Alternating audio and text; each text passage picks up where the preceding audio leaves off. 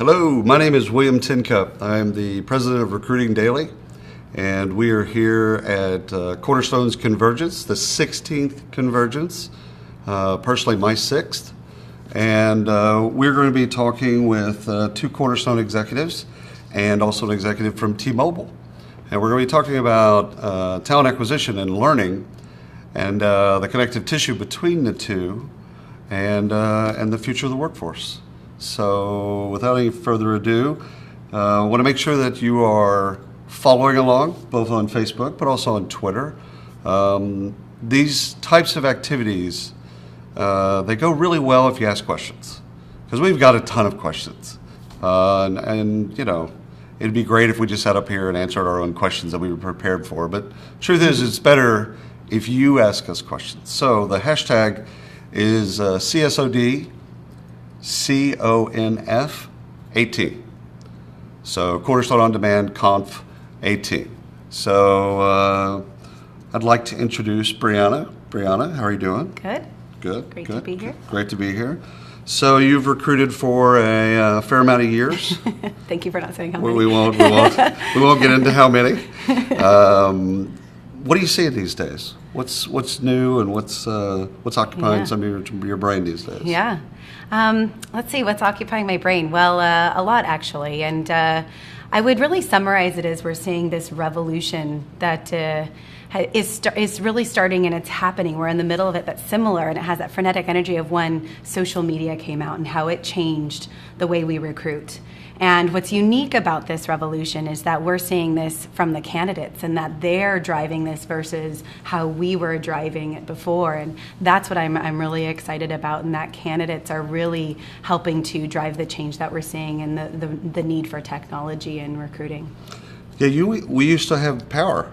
It's all gone. No longer. It went away. When did it go away? When will it come back? I'm hoping. But you're right. Recruiters used to be able to kind of demand and direct and coordinate in a certain way, and now the talent kind of dictates that. Mm-hmm. What questions do you think are you seeing candidates ask today that you didn't see a couple years ago? Yeah. What we're finding is that there's been this shift, and we've seen that over almost 30% of our applicants are now coming through some type of social profile or through mobile. So we know that there is this demand for that type of technology and that type of way of application, which means that the way that we've been looking at resumes and the way that we've been evaluating and assessing talent coming in is shifting. They're no longer looking for just telling us that they've been able to do this work through this type of job that they've had, but showing us the skill set that they have from a myriad of different sources, whether it's certifications that they've had, right, or different classes and courses that they've taken, boot camps. And so there's a lot of shift in that, and we need to really evaluate and look at how we're consuming the information from the candidate a bit differently. So you see, not just now, but a little bit more in the future, you see it less about jobs and more about skills? More about skills, yeah. Everyone's taking some sort of personality testament or a DISC right. assessment, you know that. Right. And everyone wants to share that information, or they've done different types of projects at their work that might correlate to a job that we have. And so it's important for us to be able to look at these jobs that we have or projects that we have and how do we recruit differently for them. I really do see us looking at recruiting in the future as project recruiting versus job recruiting, and how you're able to move your workforce around within the organization, looking at the skills that the individuals have coming right. in. And I know you're thinking about just the external stuff, but you're also thinking about the internal and how people move within internal. Right. So we got our first question from Twitter. John. John asked, how long do you think it'll take before traditional resumes are kind of replaced with more of a cloud of assessment, skills and accomplishments and things like that? Yeah, I would say it's already happening. If we're looking at using LinkedIn profiles right now for a resume, that's replaced the resume already. Or just any type of social profile. You could be looking at Zing in Germany or right. Naukri in India. There's a different type of social profile that people are looking at and evaluating candidates again. So I think we're in the midst of it. We just need to make sure that we're changing fast enough in order to allow candidates to give us the information that they want to give us. So if it becomes a game of skills, let's say it's always been a game of skills. Yeah. All right. But it becomes even more a game of skills. How do we find out what the candidates want in terms of being skilled up or what they want to learn? How do we find that out while we're trying to recruit them? Yeah, that's actually really a great point there when we're looking at skills. The feedback that we are giving now to candidates is evolving. Candidates don't want to just know, sorry, we didn't find, this role didn't work out for you, but Right. hey, here's a future opportunity that might be a great opportunity for you. And by the way, here's a course or something that you can take in order to upskill yourself for that. And that's really important to look at in the feedback that we're giving to individuals, as well as we did an assessment, maybe that you came in, we did an assessment, here are some skills that you're lacking and here's how we'll upskill you to be ready to hit the ground running once you start your position. Right. And so it's important that we look at skills and how we can develop the talent inside as well as outside Right. of our workforce to prepare for the future. And if you think about how we have more jobs available than we have people to fill those roles, we need to start finding ways to open up our talent pool. And so we've actually noticed this internally that we have talent that we need to hire. However, they're not enough skilled workers in order to find that talent. So we need to help develop them and skill them up, either our internal workforce and then external workforce in order to hire and open up that talent pool. Right. I had a question that I wanted to ask you around mobile, because different candidates are going to apply to jobs differently. So Yeah. I don't want to use age or any of that type of stuff. Yeah. But what are you seeing from a mobile and/or an SMS perspective? Yeah, we are finding that we are communicating with about 70 to 80% of our candidates via either mobile texting or WhatsApp. And that is something that is global. So we are communicating, we have a lot of applicants coming through that, up to 30%. And then we also have a lot of people that we're communicating just with throughout the interview process through mobile or some type of SMS. So it was interesting. Yesterday, a gentleman explained to me about how we have historically learned to read left to right, top to bottom. And that folks that are younger, and especially people that play games, are used to getting all the content at once and then looking at the bottom. And so I want to kind of get your take on that, and what you thought of folks and how they consume content, and really the recruiters. Is it a change in recruiting, and the people that recruit, do they need to have a different skill set? Yeah. So the broader question for you is, do our recruiters in the future need to have different skill sets? 100%.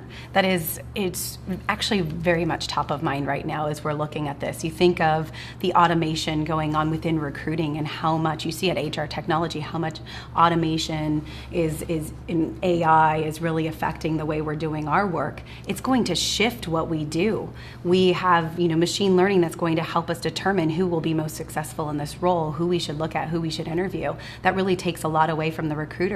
Allows us to really manage that interview process more, but then also allows us to really engage in how we develop, how we train in other areas. So there's definitely a lot we need to look at as far as our skills and how we need to upskill for the future or reskill for the future in what we'll be doing. That's very important. Okay. Yeah. So again, let's do the hashtag. Hashtag CSOD, conf, CONF 18, because we're at Convergence, Cornerstone's Convergence, which is a fantastic event. If you've never been, it's my, I think, 6 or 7th time. I'm stopped counting at one point. A question just came in from Shemi on Facebook, and it's about what are the skills that you're seeing that are needed for the future? So what are you seeing most skills-wise that will help people prepare for the future? Yeah. I think Institute for the Future has a lot of skills that are really, really driving a lot of what we're looking for. Adaptability will probably be number one. And being able to be flexible and nimble within work. And you think about how quickly technology is changing the way we do things, that it's going to continue to be important for us to really be flexible and adaptable to our environment. Really looking at how we build followership. And that's where social media will play into a lot of this. And I think people have always been fearful of social media being a part of something that organizations see and being public, but it also can give us a lot of insight into followership and and you think about the marketplaces that we have like Etsy. I mean, that's somebody's occupation and what they're able to do through this kind of gig economy. That's also going to help us to see someone's potential and ability in that type of work that they're doing. So there are a lot of skills that we're looking for there. Now, what's going to be important for organizations is we will also need to have some type of skill in our organization in order to adapt to this, and that's really looking at how we enable our employees to work remote and have flexibility in their life. When you think about the things that are driving this gig economy, it really is looking at their flexibility, being able to work in at times that work for them, and so that's really important for us. Tara on Twitter just asked a fantastic question. I've got to read it verbatim. Normally I kind of summarize as best I can, but I got to read this. I got to read this exactly the way it's written because it's beautiful. Why? This is to you, by the way. Oh. Why is the skill gap happening? What is happening or not happening to create this reality? Yeah. What's social, ethical, economic, educational, and/or experiences that are creating this reality? Yeah. It's the way the world is changing. Technology has actually peaked and is now moving faster than humans can keep up. Right. And so what we're looking at is we're scrambling to keep up with that, and as everything is advancing, we are trying to advance with it. And it's really interesting when you get to a point where you start looking for a position or a job or someone to hire for something that has only been around, a technology that's only been around for a short period of time. And so there aren't skilled workers in those areas. And so that's where we're finding this gap and where we need to train and we need to develop. And so that's what's having this impact is things are being created, and you look at the job titles of the future and what's going to be out there, and they're just mind-blowing. I mean, Adam spoke about some of them today. Right. And that's what we're getting is we need to keep up with the technology, and that's what's driving this, is we're trying to advance with everything that's being created. Well, that was, first of all, great answer. Oh, thank you. Not that you need that. But it was also just a wonderful question from Tara. Thank you very much for asking that. Again, these things kind of live and die on the questions that people ask of us. So what I want to do next is actually introduce Jeff, who's also from Cornerstone On Demand. Jeff's the AVP of Learning and something of effectiveness. Yeah, organizational effectiveness. Yeah, thanks for having me. No worries. So the connective tissue between the two of you, what you're seeing in recruiting and what you're seeing in learning and how it all ties together. So the first question I want to ask you is, what are you seeing in learning, and how is learning changing just from candidates? Yeah, so it's an interesting question. You know, we've seen historically over the last 10, 15 years, even departments have moved from training functions into learning functions. So just the semantics around how we're looking at just calling the work puts learning more in the learner's hands. So what we're seeing fundamentally are some basic shifts from learning that's being done to people to learning that people are going to get. So, you know, historically in the learning field, we've heard about push versus pull, but now we're into push and pull and predict and prescribe. Right. So we're seeing people that are coming into the workforce now that are asking simple questions like, what's my learning path going to be like for me? That's right. What are you going to do for me? Why are some of the e-learning courses so long? And they can be 12 minutes long. Yeah. And they're saying it's too long. So, you know, they want it now, because the trick with what's happening with learning is that there's so many different places people can go, whether it's to an e-learning vendor or just online, that people are just getting access to information in faster ways. That's right. And that's changing kind of the way people want to learn, but also their expectations of learning in general. What I find fascinating is that candidates are now asking about learning and training in a way that didn't happen 5-6 years ago. Recruiters didn't get the questions. They didn't get the questions of, hey, how are you going to make me better? How are you going to make my skills better? So I find that fascinating because it ties our worlds together in a way. What's your sense on mobile learning and kind of micro learning?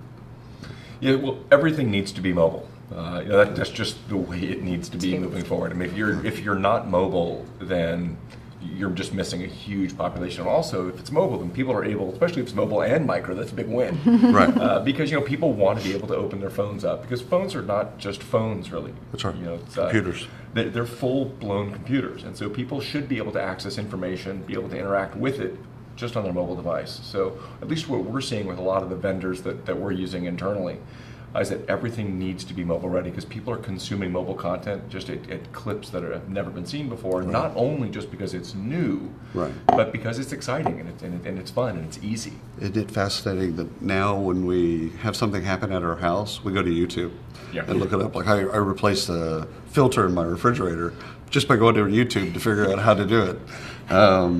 So I want to ask you a question about learning styles and learning differences, because I don't think folks know or understand how people like to learn or prefer to learn, and maybe even some of the barriers to learning.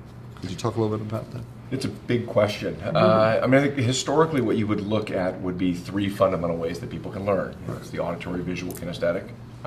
Everybody seems to be, or everybody just is, a blend of those three. However, if you can broaden it a little bit and take a look at different types of intelligence. Somebody named Howard Gardner did some research years ago on multiple intelligences, found that they're either 7, 8, or 9, depending on the version that you read.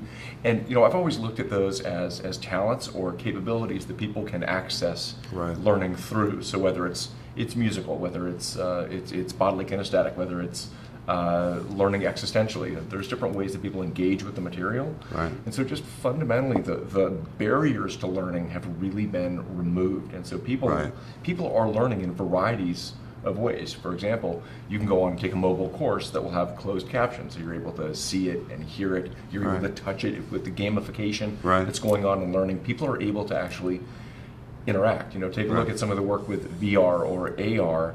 People are really being able to interact with the learning. The thing that becomes fun about that is that if you're the trainer or the coach, you can, through the lens of augmented reality or virtual reality, watch and coach somebody on the other side of the world while they're interacting with learning. So you're able to coach and train and grow, and people are getting real-time feedback from anywhere in the world. That train-the-trainer model or seminar model of training is maybe not necessarily a thing of the past. We've got a bunch of questions from Twitter and Facebook, so I want to get through a couple of them. Question actually for Bree from Caroline on Facebook. What industries do you see that are using kind of, or will be first to use more or less the non-traditional resumes? I think it's going to be, it's going to be from all over. We've seen non-traditional resumes. I remember when social media came out, Murphy Good did this whole launch on a social media campaign, and people launched through YouTube videos. So it's happening now.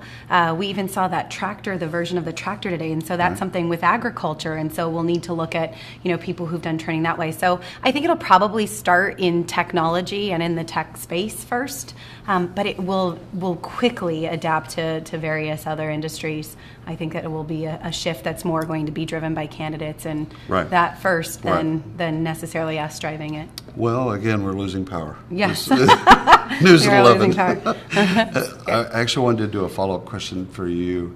So we're learning from candidates what they want to learn or what skills they want to develop, right?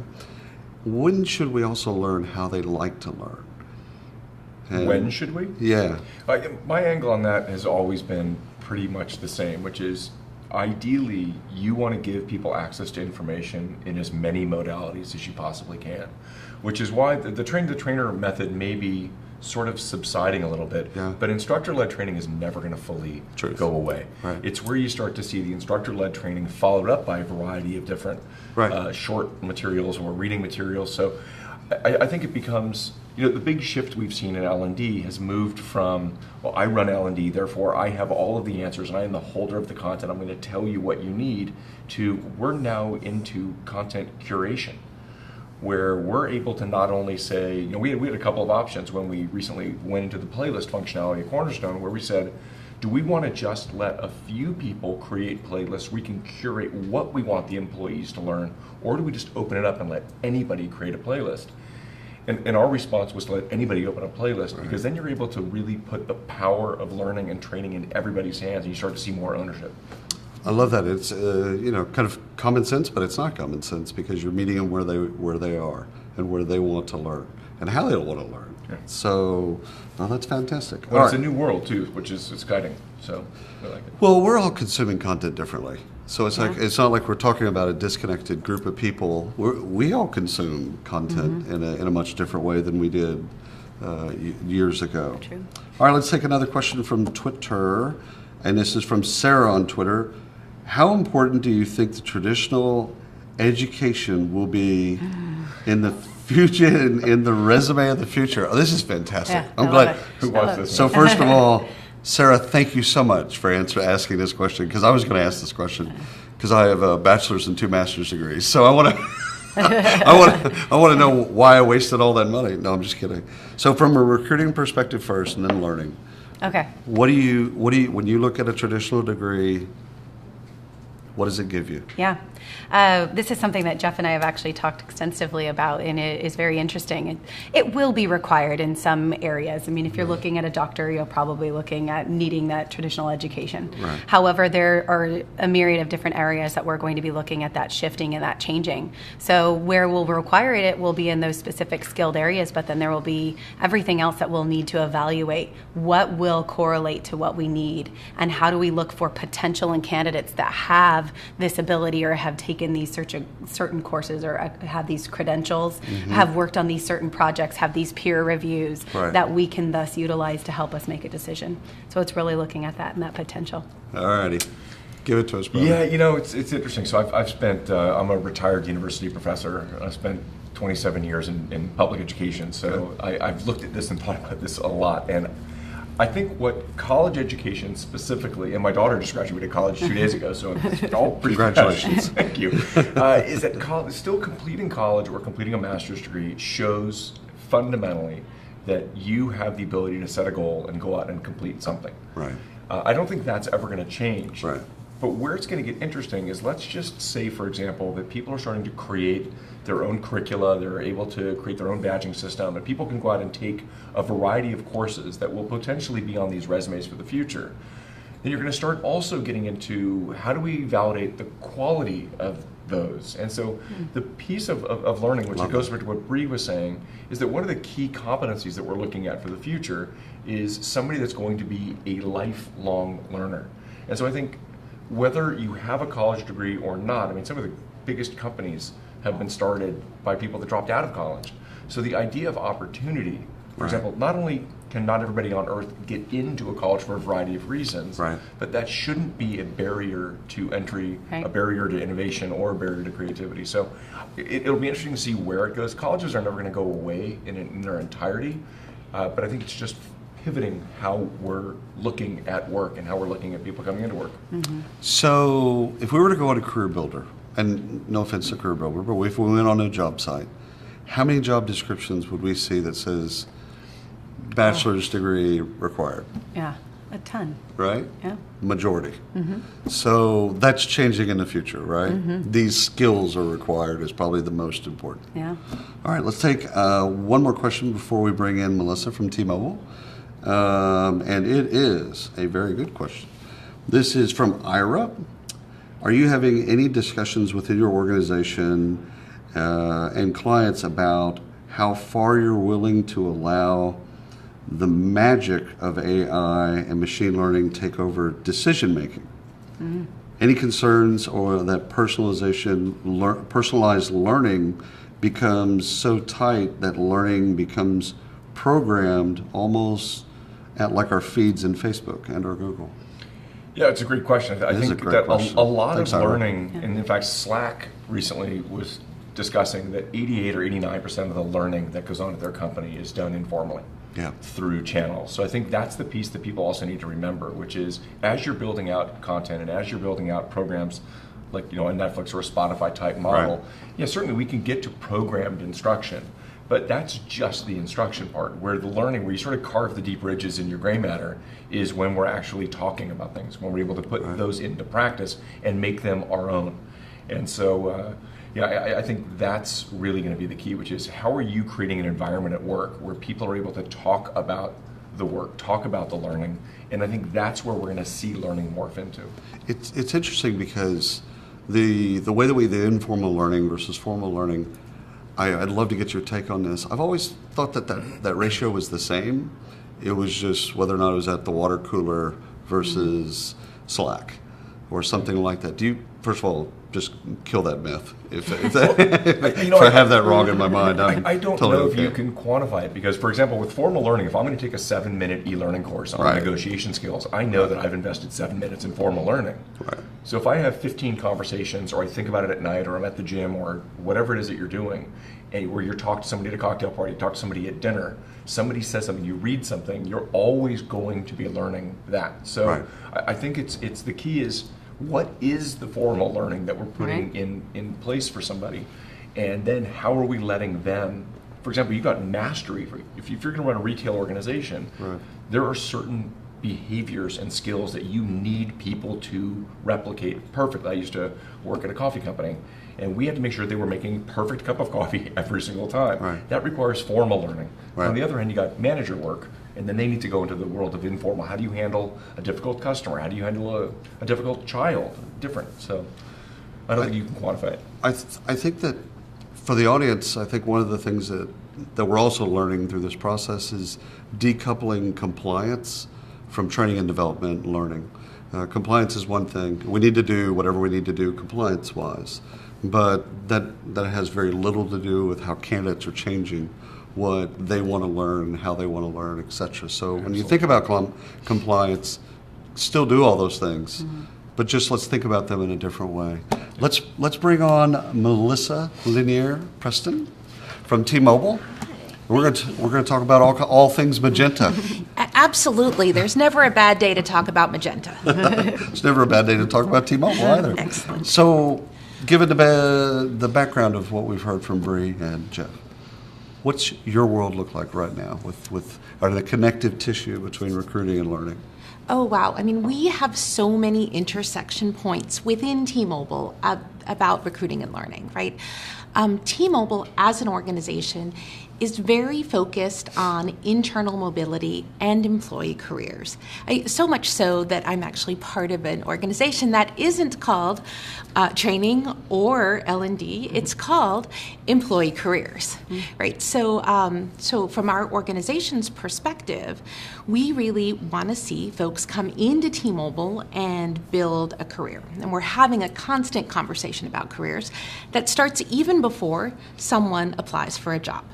So if you go out and look at our T-Mobile careers site, you'll see that we have documented 4 common career paths within T-Mobile, and it talks about what that job looks like at the entry level, all the steps that someone would take to progress, the support, including learning and development support that exists for those folks as they progress, and even information about the kind of compensation they might expect at those different levels, right? So we're trying to paint a really clear picture for folks who are considering joining our organization about the kind of amazing, outstanding career they might find at T-Mobile and at Metro PCS. Well, one of the things for the audience, open up another browser and go to www.tmobile.careers, and you'll see what Melissa's talking about, because it's, first of all, it's wonderful that they kind of outline the career paths, and they're very transparent about compensation as well, which is they're answering questions that candidates have before the candidates can even ask them. Like, what am I going to be doing next? Where can I do this, that, and the other? What else are you seeing from candidates these days? So, I mean, we are very focused on diversity at T-Mobile, diversity and inclusion. So we spend a lot of time looking at how to bring in folks who are diverse within T-Mobile. We have a strong pipeline. We're also incredibly focused on military hiring. And so we're working with folks who were in the military. We have some commitments around that, and trying to understand how better to connect them with employment, actually whether it's at T-Mobile or at some other organization.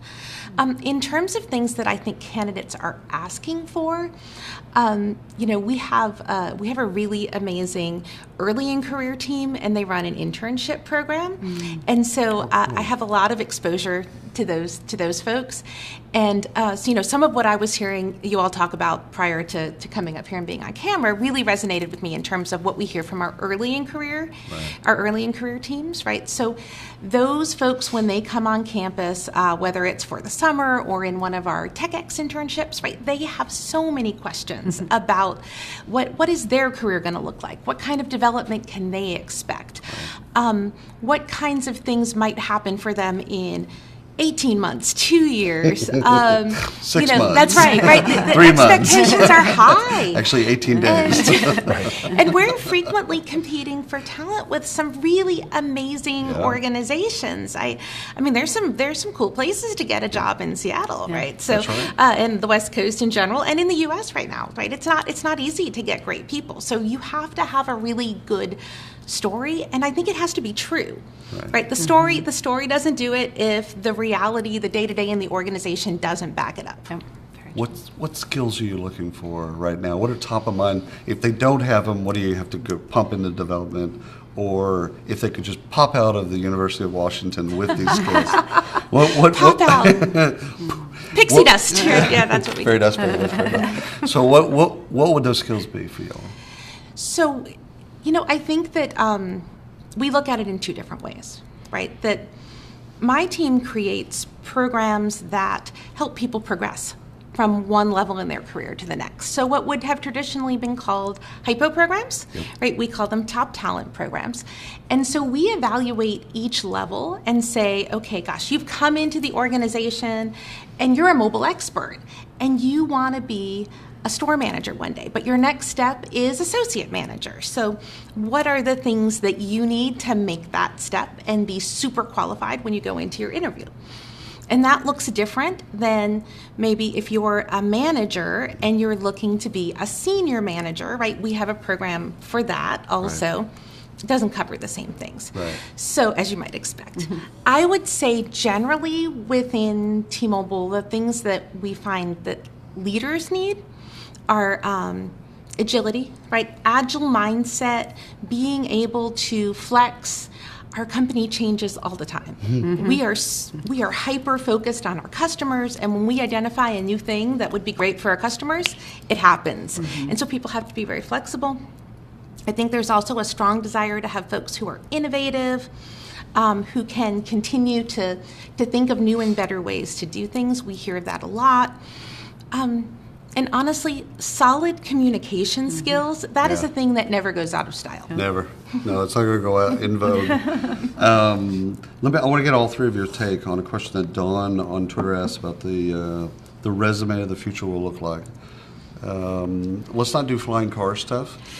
Let's just kind of keep it like in the next couple of years. What do you think that we're going to be consuming as what we would have been consuming as a resume? You want me to field that first, or you want to start with recruiters? I'm actually curious to see where resumes go. I've seen some people get fairly creative with them. I've heard some people say that companies like LinkedIn will be the resume. I think where it's going to go is in a more creative way that people are going to be displaying their skills and attitudes. We heard Adam, for example, today talk about you have IQ, you have EQ, but you also have AQ, that adaptability quotient, if you will. So I mean, for example, if we're going to pontificate a little or take a big wild guess, maybe people are going to turn resumes into stories. I mean, storytelling has become huge now, so maybe it'll just fundamentally change how do you tell your story. I love that. Like I love that a lot. Oh my God, we can stay there for an hour. What about for yourself? What do you think it's going to look like? What do I think it's going to look like? I spend a lot of time in my job thinking about internal mobility, not as much time thinking about how to bring candidates in from the outside of T-Mobile. And so what I see when we think about how to get people really connected with their next great opportunity is how do you make sure they have the potential, the performance, and the relationships to be able to connect with that next hiring manager, really knock their socks off, and get offered that job. Right? So I think that building relationships and finding a way to to make that happen, especially in a large organization, is super important. Being able to demonstrate your performance and your potential, and I would love to see a resume of the future, particularly for internal mobility, that allowed people to do that. So I think maybe it happens through some sort of social platform where you're getting a lot of really positive peer feedback, and you also can connect with future hiring managers. And so it becomes more of maybe a living document than a nice piece of paper. Right. Like a snapshot in time. We're out of that business. Yeah. What about yourself? Yeah, I absolutely agree with both of you, but I think it's evolving into this type of persona, if you will, and an aggregate of all of the data and information that would follow that individual. And that could come from social profiles, it could come from things that they've done as far as assessments or peer work and projects that they've worked on, all really aggregated into this one living document that becomes the persona of this individual, and that's what we'll be looking at as the future. It's funny, Melissa, you mentioned communication, and in my mind I was thinking about charisma and how you communicate with someone, the hiring manager, and how you convince them that you're the right person for the job. Yeah. We have a learning and gamification question. So I want to actually ask both of you this question. And this question does come from VJ on Facebook. Thank you, VJ. Appreciate you. How do we make learning more fun? And so VJ's coming at it from gamification, but y'all are dealing with this stuff every day.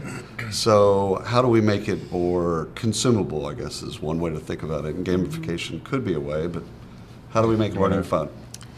So I can talk a little bit about what we're doing and some things that we're considering. So in terms of how we've made it both fun and effective, right? I am always looking for the options that make learning both sort of easy, simple, innovative, but never losing sight of the fact that ultimately at the end of the day, if the learners haven't really learned, then T-Mobile's wasted its money, right? We've wasted the time we paid that person, we've wasted the investment in the content.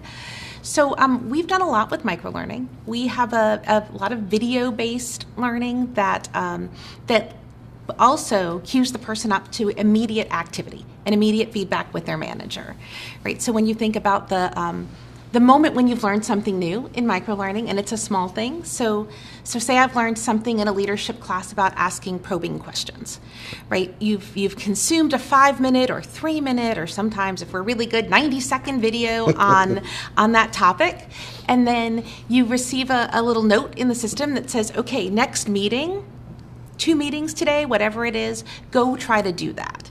And then check in either socially or with your manager and debrief and talk about how was that for you? What did you learn? And so the opportunity and also the requirement for immediate application is really driving a lot of engagement. Right. And so people do find it to be fun. They find it to be engaging, and we also see a lot of really great It's results. like you're putting them on a mission of sorts. Yes. Very, very cool. Yeah, I think that was a great answer. I think part of it is looking at the first key word, which was fun. Yeah. I think people that are now starting to worry about whether learning is fun or not are kind of missing the point. Right. Which is why I was glad you talked about engagement. Because I would argue that fun when it comes to learning is defined by I can do something different as a result of what I just did. Right. And so I think the gamification idea is phenomenal depending on how it can potentially be used. For example, I used to play The Sims. So Sims was an exciting little game. You could play and build a city. Will that potentially be an idea in work where you'll be able to build a company or a division, and you'll be able to take certain skills and then you grow an empire through that? Could that be fun? Could it be gamified? Sure. The key is it's going to be effective. And so I think part of it is really blending the formal instructor-led training, because while I love e-learning, I fundamentally believe that nothing can take place of human contact. And I think that ability to coach, build a relationship with people, I mean, you mentioned that earlier, which is the relationship piece.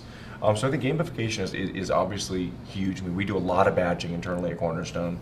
There's a lot of that kind of recognition. Right. But gamification is just fundamentally going to change, especially with VR and AR. I was watching at a forum in Dallas recently. they were doing a display where somebody was, they were fixing valves, and it was a high pressure, high danger scenario where they were training people on this 45 specific steps and behaviors. My question I immediately left with was, I said, I can see where that works at a store or running a truck. Right. Where will this be in the world of negotiation or sales training? Right. And their comment was, which was brilliant because they were VR, AR people, is we're at the point now where anything is possible. Right. And I think that's where you're going to see gamification. Even how we look at gamification is going to probably change in the next 2 years. Yeah. So it's a great question. It's like the negotiation. They're putting you in different scenarios so that you have to practice and keep winning and things like that. What I love, Melissa, is you're closing that circle. You're putting them on a path. They have to go then do it. Then they have to report back. I love that. I absolutely love that. All right, we got a couple more questions. So, question from Matt on Facebook. A lot of organizations have great learning programs, but employees don't actually have the time to engage in them. How do you suggest organizations build in time for employees to learn and or really make it a priority? Great question. Thank you, Matt. Appreciate you, brother. I'm going to go with you first. Yeah.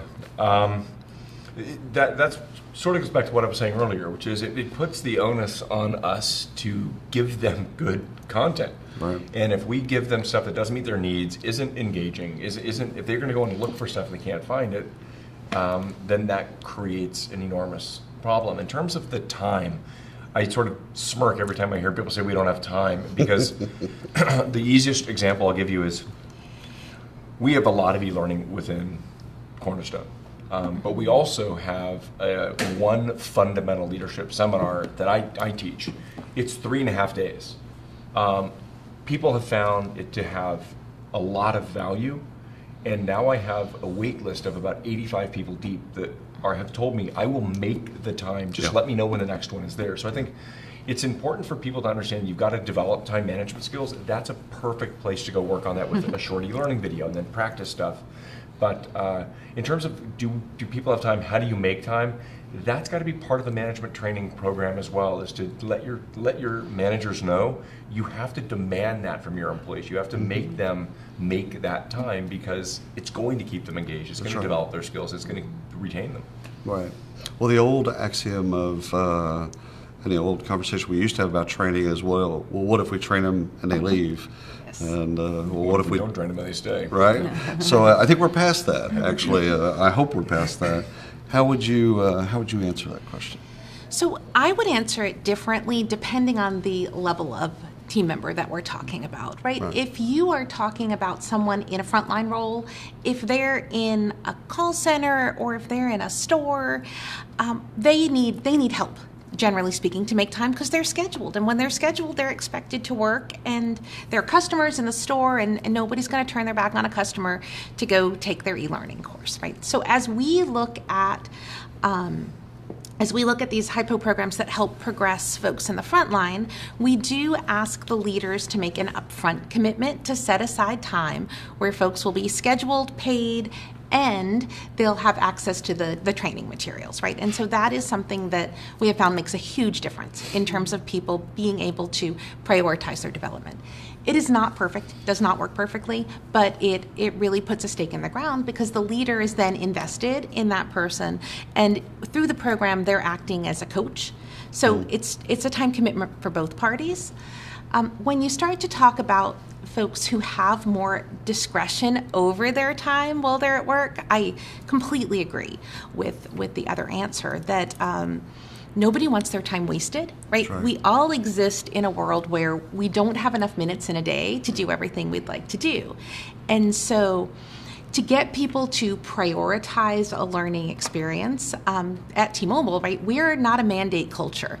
We don't make people do things. So in terms of the leadership workshops that we offer, people have to want to go. And they want to go when the skills and things that they take away are really relevant to their job. And you just see that's the way that it works. So you launch something, and when the word gets out that it's really great, the waiting list builds. Yeah. And I just don't know that it works differently in the ILT world, in the workshop world. In the e-learning world, I think it's a struggle, right? We have found the most traction with the short videos. Right. And particularly the short videos that are custom made. Like, we have a videographer on our team. That's how many videos we make. And we have a running joke that it's hard for people to learn something unless the person who's shared it with them has on their magenta, right? So we have a strong bias for custom content at T-Mobile. And so, I think when you start to talk about long e-learning modules, even if the content is great, generic, it's hard to get folks excited about doing that. That's right. Yeah. Do y'all care, and this is a little off topic, but do y'all care if someone consumes content and we can't validate necessarily if they got a skill or got what we wanted them to get out of it? Well, I think it depends on what they're taking. Okay. Because a lot of times it takes hours of deliberate practice for you to truly learn something. But is it tested for? Do we care about on the other end of that? You could. I think for certain things you can absolutely add in tests, and there are certain e-learning providers that do have comprehension checks, knowledge checks. Right. But yeah, we always tell managers, if your employees are going to be taking training, make sure you're looking at their transcript, know what they're taking, and talk to them about what are they doing and how are you going to do something different. It goes back to the coaching piece of management. Right. So, have you had instances, either of you, where people want to learn things that are maybe off the beaten path of what we want them to learn? Oh, yeah. So what do we do with that? I'm not in terms of things like management training, right? We have many folks who aren't people managers who are interested in management training. Our management training is unrestricted. If you want to take our program called Manager Hacks and you're not a manager, have at it. It's in Cornerstone. Knock yourself out. We don't try to block people from developing, even if it's not the thing that I would say is most important for that person in their next step. Yeah, the way I'd answer that is that I would agree. We also do a little bit of a different slant on instructor-led training. We do a thing called development days. We do them 5 times a year, where employees train other employees on virtually anything. It's stuff that they want to teach people. And so to your question about if it's off the beaten track, we can cover off the beaten track. We've had classes on fossils and winemaking and pottery, and what we found is that it's a way to build teamwork and collaboration. And Bree's taught a number of courses as well. If that's what keeps them there, that's what keeps them engaged, why not? All right, we have a million questions on Facebook and on Twitter. We're not going to be able to get to all of them, but I do want to get to Christie's on Facebook. Where can I get more information on the future of work and start preparing my organization for the changes to come? Well, Christy just so happen to have a website for you that I will now enroll. And it's csod.com/skills economy. So csod.com/skills economy. Skills economy, period. You don't have to put anything else after it. All right, final thoughts. So we've talked about recruiting, how candidates have changed things. We've talked about how that is bled over into learning, which we probably didn't see a couple of years ago. And you've given us some wonderful things to think about that y'all are doing. Congratulations, by the way. So why don't we just do some final thoughts? What do you think? What would you like to tell the audience? I think if you're in an L&D position, or even if you're not, technically you're in an L&D position, is continue to look for different opportunities to learn something new and add different feathers to your hat, and share learning, socially share it with people in your organization. I would say that the world is changing very quickly, and so the most important thing you can do as a learning and development professional is not be afraid to try new things, right? That many times it's the fear of doing something that's not going to land well, that's not going to be perfect, that holds people back from finding the things that will be amazing. And so you have to find the courage, even if it's with a tiny test group, to dig up your wild ideas and get out there and try them and get some feedback. Oh, yeah. I would say learn something new, try something new. That definitely is very important as we look at. And I think it's also important to look at what is going to be changing about what you're doing and prepare for that. And we help our organizations to lead out on that. How will our environment be changing and what do we need to prepare for? It's important to look towards that future. We're ready for it. So last thing for me, there's only two platitudes in marketing, fear and greed. So one of the things to think about in learning is the fear of missing out, FOMO. So one of the things, if someone else is doing something and they're learning something, communicating that within your organization to maybe motivate someone to then think, man, I'm missing out. I'm not taking advantage of the things I could be taking advantage of here. So that's my last thought. This is blown by. We've been here for 40 minutes. It doesn't feel like it. I know we could go much longer. Again, the hashtag CSODConf18. We're going to keep looking at those questions and try to answer those questions. But for now, this Facebook Live is a wrap. Thank you. Thank you. That was fun. That was good. That was really fun.